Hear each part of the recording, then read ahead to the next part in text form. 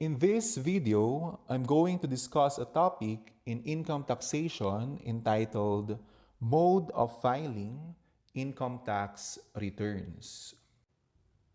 Mode of filing income tax returns basically answers the question, what are the methods used in filing the income tax returns? Paano ifa-file ng taxpayers ang income tax returns? Remember that income tax return is a type of return filed to the government which provides details of the taxpayer's income, expense, tax due, tax credit, and tax still due to the government. We have three modes of filing the income tax returns. First is manual filing system. Second is e-BIR forms. E means electronic. And third, electronic filing and payment system or EFPS. I will first discuss the manual filing system. Manual filing system is a traditional system of filing income tax return. Ang ibig sabihin ng traditional ay old. So kung ang manual filing system is an old system of filing income tax return, may mga bagong system of filing income tax returns. At yun yung i-discuss ko mamaya. In a manual filing system, taxpayers fill in BIR forms to report income, expenses, or any declaration required to be filed with the Bureau of Internal Revenue or the BIR. So that means gagamit siya ng paper document and i-fill in niya manually. Kapag naglagay siya ng data dun sa BIR form, manual. Kapag nag-file siya ng income tax return, manual. At kapag nagbayad siya ng tax, manual. So this is an absolute manual system for taxpayer. Lahat ng gagawin ng taxpayer when it comes to filing the income tax return, pag nag-enter siya ng data, that means data entry, manual. Pag nag-file siya, manual. At kung nagbayad siya ng tax, manual. Take note na kung kailan nag-file ng income tax return ang income taxpayer, doon siya magbabayad. Since our general rule is pay as you file. Kung kailan ka nag-file, doon ka magbabayad ng income tax. Under the National Internal Revenue Code, the income tax return shall be filed to the following descending order of priority within the Revenue District Office where the taxpayer is registered or required to register. First is an authorized agent bank or AAB. Second is revenue collection officer. And third is duly authorized city or municipal treasurer if there is no BIR office in the locality. Descending order of priority means pupunta ka sa authorized agent bank first. In the absence of authorized agent bank, saka ka pupunta na magpa-file dun sa revenue collection officer. In the absence of authorized agent bank and the revenue collection officer, magpa-file ka sa duly authorized city or municipal treasurer if there is no BIR office in the locality. That's why tinawag na descending order of priority na hindi ka pupunta dun sa second without going to the first. Hindi ka pupunta dun sa third without going to the first and the second. The second mode of filing income tax return is e-BIR forms or electronic BIR forms. e-BIR forms come with an offline or online version. Kapag offline version, ang ibig sabihin nun, you need to download first the electronic spreadsheet. At dun ka na mag-fill in ng data or mag-enter ng data. Kapag online version naman, hindi mo na ida-download yung electronic spreadsheet but rather online ka nang mag-enter ng data or online ka nang mag-fill in ng data. In e-BIR forms, taxpayers fill in their income tax returns in electronic spreadsheets without the need of writing on paper returns. The system ensures completeness of data on the return and is capable of online submission. If there are no penalties that require BIR assessments, taxpayers would have to print a hard copy of the filled-in tax return and proceed directly to the bank for payment. What's the difference between manual filing system and e-BIR forms?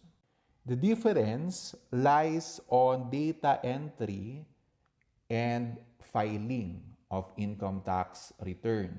Sa manual filing system, pag nag-fill in ang taxpayer ng data, manual. Pero sa e-BIR forms, pag nag-fill in ang taxpayer ng data, electronic. Kasi hindi na siya hindi na siya magsusulat sa paper returns. Kapag nag-file naman ang taxpayer ng income tax return sa manual filing system, manual. Pero sa e-BIR forms, electronic. Pero magkapareho sila when it comes to the payment of income tax. Pareho silang manual. Manual payment of income tax. So that means when it comes to the payment of income tax sa manual filing system, manual. At sa e-BIR forms, manual din. Let's proceed to the third mode of filing income tax return, and that is electronic filing and payment system or EFPS. The electronic filing and payment system is a paperless tax filing system developed and maintained by the BIR. Taxpayers file tax returns, including attachments, in electronic format and pay the tax through the internet. Kung sa manual filing system, ang lahat ng gagawin ng taxpayer when it comes to filing income tax return ay manual, sa electronic filing and payment system or EFPS naman, ang lahat ng gagawin ng taxpayer when it comes to filing the income tax return ay electronic. That means kung nag-fill in siya ng data, electronic. Kung nag-file siya ng income tax return, electronic. At kung nagbayad siya or magbabayad siya ng income tax, that means electronic. Taxpayers under the electronic filing and payment system shall e-pay their tax online through internet banking service. The account of the taxpayer will be auto-debited for the amount of taxes to be paid. Ang ibig sabihin ng auto-debited ay kung magpa-file ng income tax return ang taxpayer at magbabayad siya ng income tax, automatic na madededuct or mababawasan yung bank account ng taxpayer. Taxpayers mandated to use the electronic filing and payment system or EFPS. It means the following are the taxpayers required to use the EFPS. Pero in case hindi available, yung EFPS kasi nga merong technical error dun sa system ng BIR or under maintenance yung system ng BIR, pwede namang mag-file manually ang EFPS taxpayers. The following are the taxpayers mandated to use the EFPS. First, large taxpayers duly notified by the BIR. Second, top 20,000 private corporations duly notified by the BIR.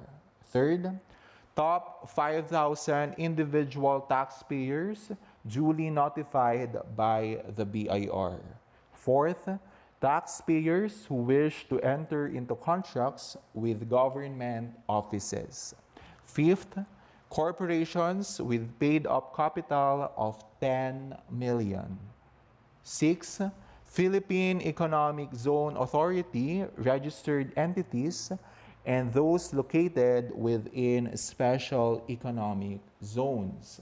7th, government offices insofar as remittance of withheld VAT and business tax are concerned. VAT stands for Value Added Tax. 8th, taxpayers included in the Taxpayer Account Management Program or TAMP. 9th, accredited importers, including prospective importers, required to secure the Importer's Clearance Certificate or ICC and Custom Brokers Clearance Certificate or BCC. Taxpayers under the electronic filing and payment system are grouped into Group A, Group B, Group C, Group D, and Group E.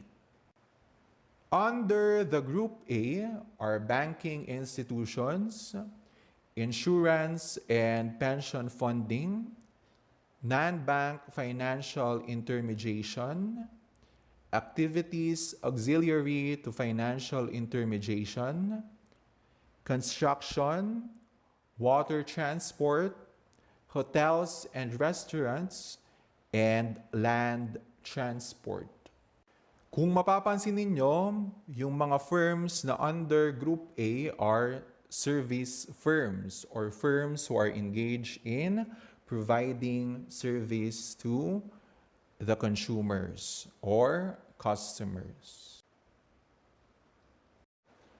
Under Group B are manufacture and repair of furniture, manufacture of basic metals, manufacture of chemicals and chemical products, manufacture of coke, refined petroleum and fuel products, manufacture of electrical machinery and apparatus NEC, manufacture of fabricated metal products, manufacture of foods, products and beverages, manufacture of machineries and equipment NEC, manufacture of medical precision and optical instruments, manufacture of motor vehicles, trailers and semi-trailers, manufacture of office, accounting and computing machineries,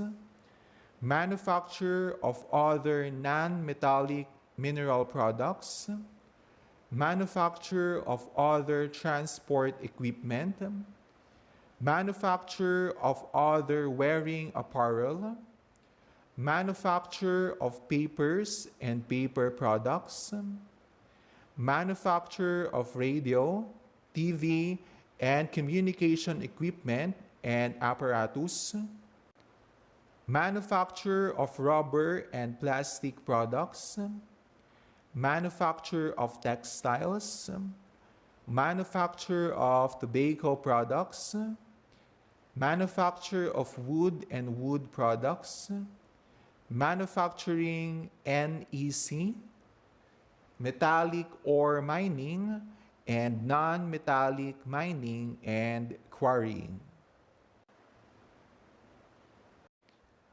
Under Group C are retail sale, wholesale trade and commission trade, sale, maintenance, repair of motor vehicle, and sale of automotive fuel, collection, purification, and distribution of water, computer and related activities, and real estate activities.